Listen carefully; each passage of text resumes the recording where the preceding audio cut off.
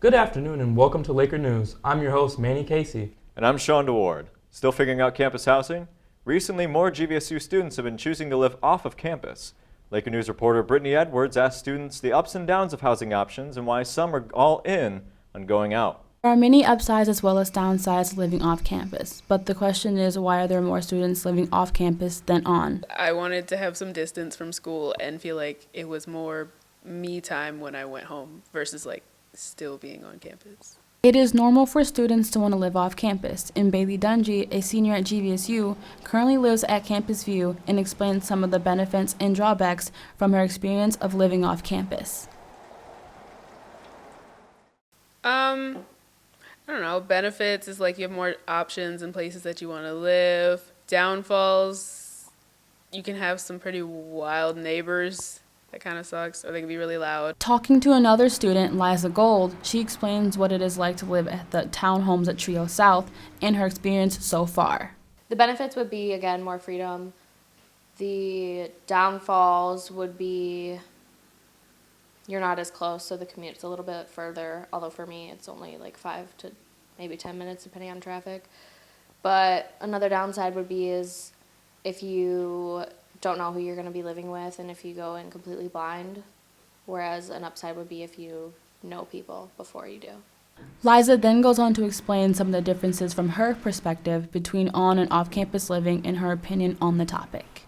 It's not faculty or school ran, so you're dealing with an outside company, and some comparisons is usually the people you're living with are also students, so you kind of are on a slightly similar time schedule, and there's a little bit more understanding because you're the same ages. As students progress in their college career, they may find it easier to move off campus, and it is safe to say that as each year comes, more and more students will make that choice. In Grand Rapids, I'm Brittany Edwards. While all options have their pros and cons, staff recommends students make their decision before it's too late. Despite how the United Nations has declared clean water a universal human right, there are many parts of the world still without it. Adam Luchis has more on a recent presentation at Grand Valley State University that shows students what they can do about it. Now we're working to build an organization. At GVSU's Mary Edema Pugh Library, Professor Jeff Kelly Lowenstein spoke about a recent investigation project he did about areas in the world without clean water. He talked about the different types of people who worked with him on the investigation.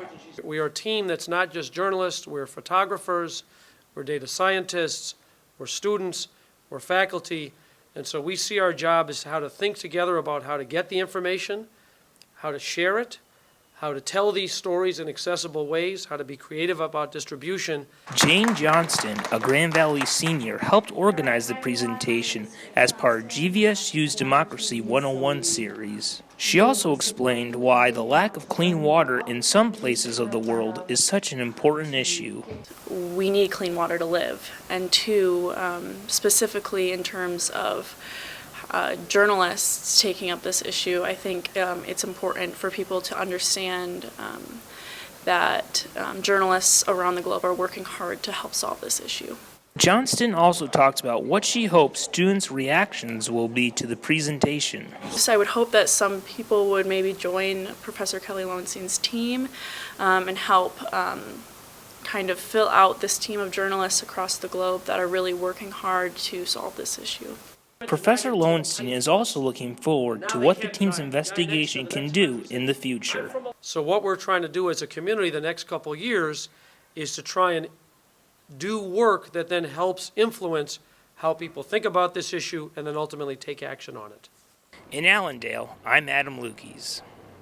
The investigative team plans to continue on telling the stories and getting the info of affected towns to as many as possible. Many people dressed up to celebrate Halloween, but others in the Grand Rapids community were celebrating a different holiday. Here's Christopher Cooper with more on Halloween and the Day of the Dead. Don't tell college students they're too old for Halloween. I like Halloween because I love dressing up. I think it's so fun. And then I also am a chocolate enthusiast, and Halloween is all about chocolate. But Halloween was not the only holiday taking place. While some were celebrating Halloween, others were celebrating a similar holiday, the Day of the Dead. In Grand Rapids, about 16% of the population is Latino, with about 70% of Latinos coming from Mexican heritage. The Grand Rapids Public Library hosted an event to celebrate and educate people during the span of this Mexican holiday. Yes, our community is one of the largest community of the ethnic communities in the state of Michigan. So we truly embrace our culture through different activities. But to be honest, this is one of the main or the more important ones for us because it's the truly who we truly are, the soul of our cultures. Day of the Dead starts on October 31st, just like Halloween. But the Mexican holiday lasts until November 2nd. It may start on the same day as Halloween, but its meaning is very different. It's just to celebrate life in a different way with food and music, but Halloween is more just to have fun. De La Vega says that each region in Mexico celebrates the holiday a little differently. Growing up, she would knock on people's doors and ask for money. She says this may be where some confusion with Halloween happens.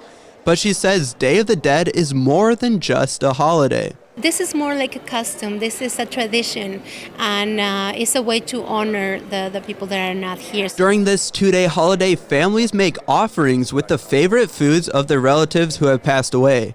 The souls of the relatives are believed to join in on the celebration. Whether it's a fake tale or reality, De La Vega says everyone is welcome to join in on the celebration. It's great to have this opportunity to share with the neighbors what it's all about, because when you know your neighbors through the food, through their music, through their culture, you start thinking about more inclusion and diversity with another lens. In Grand Rapids, I'm Christopher Cooper. You can learn more about Grand Rapids Mexican culture by going to the Hispanic Center of the Western Michigan located in Grand Rapids. That concludes this week's show. I'm Sean DeWard. And I'm Manny Casey. See you next week.